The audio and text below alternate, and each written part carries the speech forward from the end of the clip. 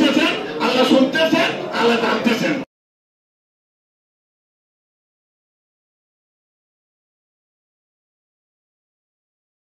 আত্মসমর্পণ, সবসময় আত্মসমর্পণ। যতটুকু পর্যন্ত আমাদের জান থাকবে আল্লাহর কাছে আত্মসমর্পণ, আল্লাহর কাছে রাত্রে 3টার পরে কান্নাকাটি। আমরা কয়জন আছি? আমরা নাকে তোল দিয়ে ঘুমাচ্ছি। কালকে আমি আসতেছি ওই শহর থেকে পটিয়া, সাতকারিয়া, চকরিয়া আস্তে আস্তে ওই হারবানি এলাকায়, হারবানির যে হোটেল আছে না, ইরানি হোটেল, ইরানি হোটেলে নাস্তার জন্য নামছি, চা পানের জন্য নামছি। কালকে 8টা, 8:30, রাত 8:30টার মধ্যে ইরানি হোটেলের একটু পশ্চিম পাশে মেয়ে লোকের নাসারি, মেয়ে লোকের গান এবং নাসারি, মেয়ে লোকের গান এবং নাসারি। আমরা যুবকেরা ওখানে নাচতেছি। হারে আফসোস, আপনার জানা থাকা উচিত রাশিয়ার সাথে যুদ্ধ হচ্ছে, এটা কি ইউক্রেন।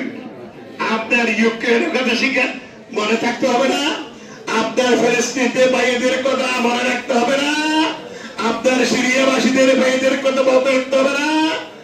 এমনি একদম নাচতেছেন, আল্লাহ দেখতেছেন, দেখতেওয়ালা, শুননেওয়ালা, জাননেওয়ালা। আল্লাহ দেখতেওয়ালা, শুননেওয়ালা, জাননেওয়ালা দেখতেছেন তো। আপনি কি করতেছেন? ফিলিস্তিনি ভাইদেরকে প্রায় এখন প্রায় 50,000 শহীদ হয়ে গেছে। আপনাকে খেয়াল করা দরকার না? ইউক্রেনবাসী, ইউক্রেনের মধ্যে রাশিয়া, আবার রাশিয়ার মধ্যে ইউক্রেন, যে আজকে 4-5 বছর ধরে যুদ্ধ চলছে। আপনার খেয়াল নাই? বিশ্ব ঠলবল হয়ে গেছে, আপনার খেয়াল নাই?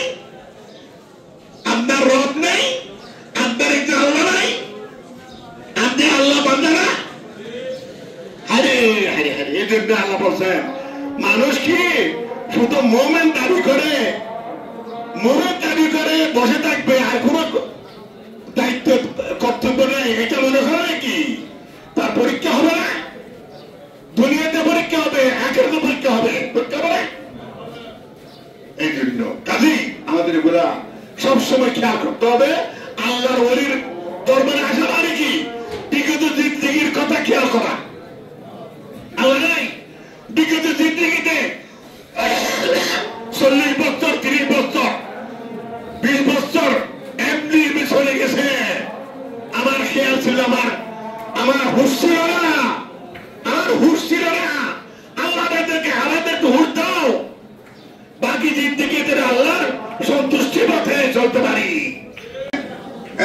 মানুষ মরণশীল, কে কোন সময় মরবে তার কোনো ইয়ত্তা নাই, পাত্তা নাই।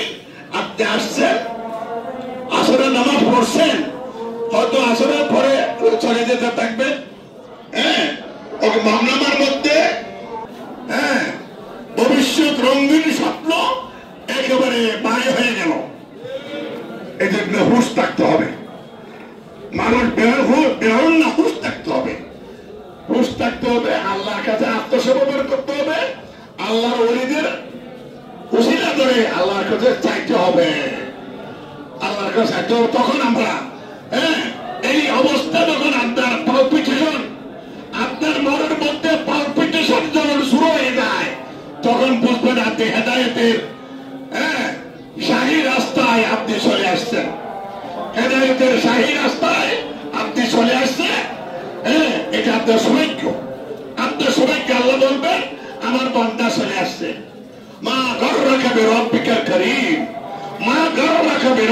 কারীম, তোমার এই রব্বে করিম থেকে তোমাকে বান্দাকে পাঠিয়ে দিয়ে গেছে। চলে আসো। আল্লাহ বলতেছেন।